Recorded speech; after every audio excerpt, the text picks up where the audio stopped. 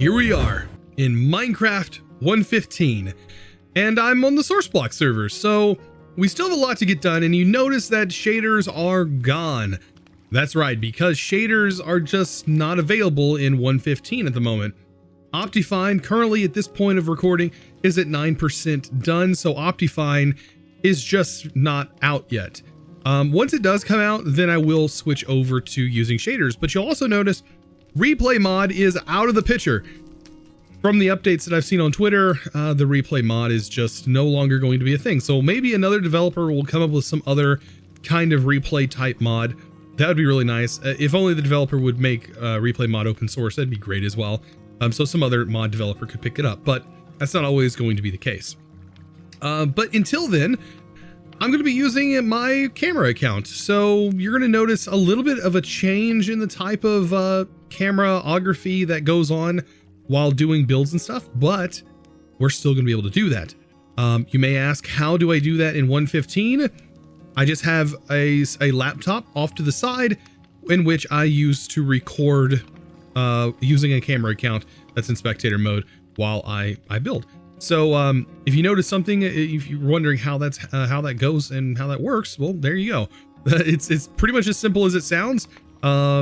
But yeah, I know not everyone is fortunate enough to have a separate computer laying around that can do it, but the separate computer is perfectly useful for recording, which is normally the laptop I use when I travel. So anyways, let's get on with this and figure out what's kind of new in 1.15. So one big thing that I noticed whenever I jumped into 1.15 here on the server was being able to just jump an elytra has never been so easy. I mean, this is absolutely the easiest time I've ever had jumping and going straight into the elytra every single time. Like it's one of the things that I have probably enjoyed the most so far while just playing a little bit on the server here. Now, bees are going to be something that I'm going to have to hunt for. I don't exactly know how I'm going to get bees to my base. That's going to be a little challenging, is to be able to get bees to my base. I'm assuming the nether portal will probably be the best way, and I know we can lasso them, or at least I think we can lasso them. So getting them to our base eventually will be a good idea, as we can use them for crop automation and harvesting. Not really automation, but use it to boost our crops. But this right here is the project that we left off on, and I do want to finish it. I want to finish it for you guys. I want to get this thing done. I'm going to need a little bit of wood for this, as most of this is just going to be, different variations of wood. I'm thinking about having like a dark oak building here, and then kind of go with an oak building and another dark oak building, and just kind of rotate them and kind of varying them. That different colors, the different variations in colors will also help to give an illusion of depth here as well. So having this further back and it being a darker building is going to give it the illusion that it's further back than it actually is, which is good. And as far as the cave goes, we'll end up using those later on. But these buildings here are going to be where we house our villagers, and are probably going to be like our different trading stations for our villagers, and potentially have more than one villager per area. All depends on the type of villager, the type of villager, I guess, category that we can put them in. So like if they deal with wood and go in one area, they deal with paper, they can go in the other area, and vice versa. So I think this is going to work out pretty well. Now, as far as time lapse goes, like I normally do, there's still going to be some time lapses. So I hope you guys enjoy them. I'm going to go ahead and gather some wood, and you guys are going to get to see the progression of a little bit of this building up. So I hope you guys enjoy.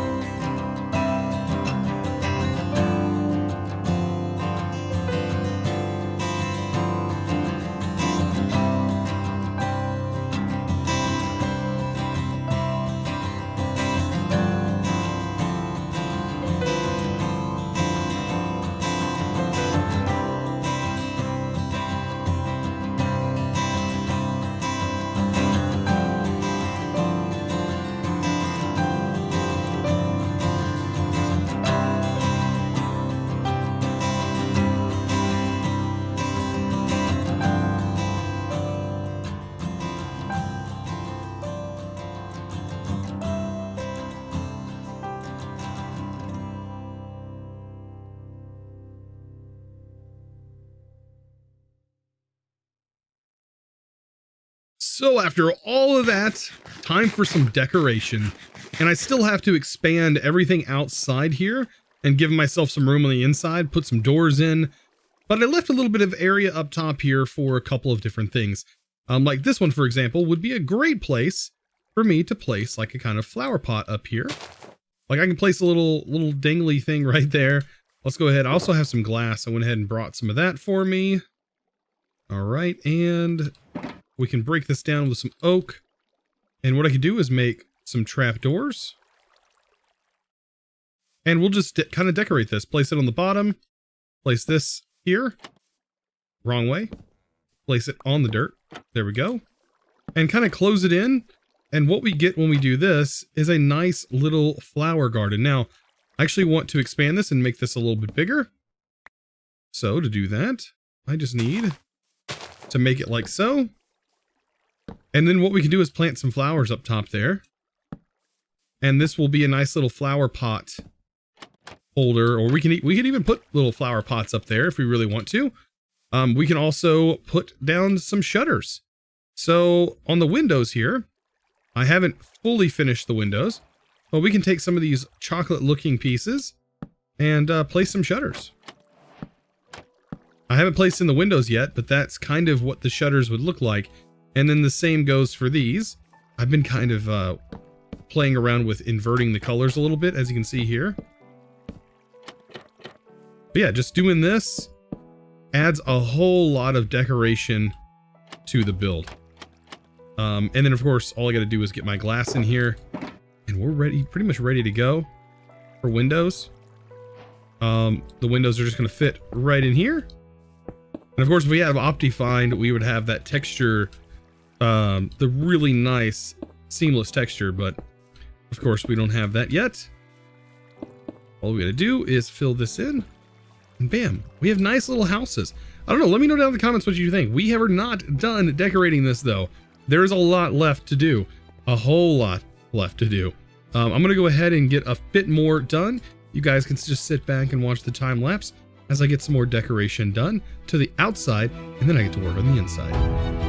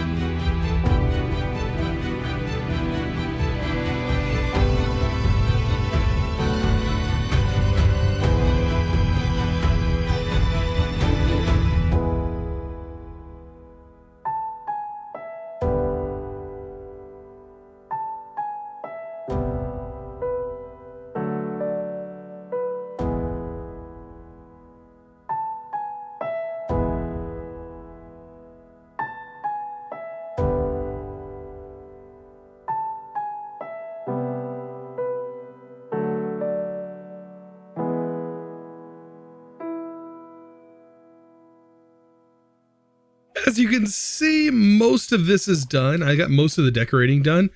But the insides, it's just so plain. But I did go ahead and get the room set up so that way I could get the room situated. And I do want villagers to go inside these rooms. Some of them are smaller than others, but we'll have to work with what we have. But what I could do is inevitably just have a few villagers in here that are connected to their workstations. And it'd almost be like a place where you walk in and there'll be a little separate here and the villagers will be just hanging out in the back. And then right here, we will have a little, like porch or what are we going to call it? A little desk where we can associate with the villagers and do our trades. I think that'll be the best thing. Now, I still have to get the villagers in here. That's going to be the hard part, as I'll have to break everything down and pretty much trap them in here. Probably trapping them in minecarts, because if you get them inside minecarts, they don't move, and you can still do trades. You can link trades and everything with them. but they do have to be linked to their own station. So getting that set up is going to be a challenge. And I mean, I'm up for the challenge. I'm up for moving some villagers. I'm up for getting them ready to go. I don't exactly have, the ability to link them yet. I'm not going to link them right away. But look how many villagers we have. We have so many villagers. By the way, the iron golems now, when they take damage, they show the damage. I don't know how if I like this or not, as it is kind of a weird thing. They do look really weird when they're kind of messed up. But you can right click them with iron and repair them, which is kind of a cool feature in itself. All right, so let's kind of talk about how we're going to move these villagers and moving them around and what that's going to do. It is a little bit easier than you might think, as all we really need is a couple of minecarts. Right now, I'm going to, grab a couple of them, or 6 of them. Why not? And then we're going to have to move them around with some rails. And I have the rails. They're in somewhere. They're in here somewhere. There they are. So all we got to do is grab some rails. And what we're going to do is break some of these beds and stuff. We're going to hop in here, get ourselves some room. We can break these workstations. It's not imperative that these workstations be active, nor do we need these beds anymore. And what we need to do is create ourselves a little rail system that runs over here. That'll work. Just like that. We can even curve it around. Why not? And go ahead and get ourselves a rail car going. Look at this. Look at that. We've already got ourselves a villager trapped. Now, if we get a couple more, of course it's nighttime right now. When we get a couple of more, all we got to do is just push them out. So we'll break this little area here. And I mean, they will literally just creep right through there. All we have to do is just push them. And look at that. Now we have a villager straight out of the system, and we don't have to worry about them getting hurt or anything like that. We can literally just move them right into here. So once you get your villagers inside here and trapped in their carts, there's a few things that we're going to need to do. We're going to need to kind of fill this thing in. By the way, to get them in the carts, all I did was just lead the cart to here and they fall into the one block, which is perfect because then we're able to trap them. So I have a few different blocks here that will convert these guys into different things. But first, I want to kind of close off most of them. To do that, I'm going to go ahead and just use these blocks here and kind of build this up just to block their view. And then on top, they're actually going to be covered up. I'm thinking about just using this here to sort of cover them up and forget that that was even there. It was me testing, just like so. Perfect. All right, so now that they're kind of like this, in this sort of state, we do need a separating block, and it doesn't really matter what that block is. For me, I'm going to use a slab, and that is going to separate their vision so they cannot see next to them. And then I'm going to use a trap door. And this trap door is also going to prevent them from seeing any other block next to them. Now, where these blocks are at right now is where our actual trade block is going to be, the thing that converts them. So we're going to be working with this guy. None of these villagers should be able to see any other block. So whenever I do place them, given that it's the right time of day, which it's not, our villager will change. So what do I want this first villager to be? Well, I'm going to make it my, basically rotten flesh trader. You can see, well, I guess it did. It automatically went. This is our cleric. Our cleric's going to offer us emeralds for rotten flesh. And later on, will eventually offer us ender pearls, which is really great, and some other things. And so all I got to do to block this guy out is to put a trap door here. And we pretty much have ourselves villager halls. And that's what I'm kind of creating here. Oh, this guy got attacked by somebody. I'm going to leave that guy there. But as you can see, I've been working on getting these villager halls set up. But that's the thing we want to prevent, is we definitely want to prevent, our guys from being attacked. So now that we have all this set up, you can kind of see all I have to do is just lay down the foundation and we're good to go. So, I mean, as of right now, I don't have enough villagers to fill up every single slot. But that's what this whole area is eventually going to be, is just filled with villager after villager. And one of these halls is going to be my enchantment area, which is going to be this guy. I want to use this one right here to get as many enchantments as I possibly can. And to do that, all you have to do is take a lectern and just keep rotating it until you get the perfect enchant, which is eventually what we're going to work on. That'll probably be a separate episode where we try to get as many cool enchants as possible. So I ended up getting a few villagers in here. And so what I'm doing right now is I'm slowly but surely hoping for the right enchant. And I do have to block off each of these before I start working on this. Sharpness 3. Not there. Not quite there. But we will work towards getting exactly what we want. And it's just going to take a little bit of patience. You have to keep going through and waiting for this guy to change. Unbreaking 1 would be great, but Unbreaking 3 would be even better. And so yeah, I just kind of have to keep going with this, you know. Respiration, I probably want that later on, but right now I'm after one thing, and that's mending. Even though most of my gear has mending already on it because I bought it. But I digress. Ooh, I'm going to keep that one. No, actually, no, I'm not. I'm after the things that, you know, you always want. Like, paper for emeralds? Not really. Even though that is good later on, that is how we're going to probably get most of our emeralds. We are going to go ahead and actually make like a super sick sugarcane farm. So fire protection, like none of these things are really great. I always like getting the mending multi-shot, but pretty much you can just re-roll all this. Even in 115, still works. Isn't a bug. Aqua Affinity is pretty great, but still not something that I want on my first roll. I would prefer to have mending here, and then from there, work our way down. Unbreaking 2 is pretty nice. And of course, right after I stop the recording, we get a mending book. For 24, that's pretty cheap actually. And so what I'm able to do is just move right onto the next one and keep working towards getting what we want. Now, they shouldn't change once they're set, as long as there's nowhere else for this guy to look. This shouldn't change, but if you really wanted to guarantee this mending stay here, you do want to go ahead and actually buy the book or use the paper one. Either one of those will work. I'm going to lock that mending down. You should be able to just do one trade with it, and that will effectively lock the trade down. You can see I kind of added some more decorations outside. The main decorations that I want to start getting in the base is probably getting some grass in there, making the thing look pretty good. I don't know, I am really liking the way this is turning out. So yeah, I'm going to grab some paper, and then I'm also going to grab a little bit of bone and bone meal. And I'm going to use that to decorate the internal part of this cave. And then later on, we're going to have to definitely change up some of the stone and make it a little bit more rustic. But man, the house builds on the inside, I think turned out really well. This has turned out better than I actually expected.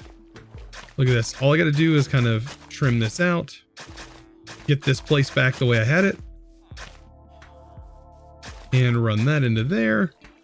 And then we'll just fill in the rest of the spots. So like, of course we don't want too much grass, so we do want to thin out a lot of it. We don't want it to look like we haven't mowed in like 10 years, you know. We want to make sure it's a little well trimmed. All right. And voila. Trim down some of the really tall stuff. Especially in this area, the tall grass doesn't really suit this area very well. And voila. So yeah, we're gonna keep trying. This guy right here, we'll go ahead and trade for 1 emerald.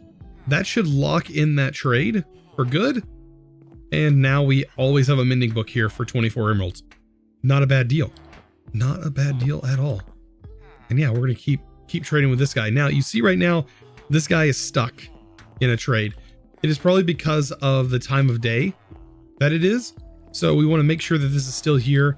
And later on, we're going to work on getting the other trades. But at the moment, the time of day does change whether or not this guy will change. It's best to do it shortly after you sleep in the morning. So guys, let me know what you think about this. Do you like this build?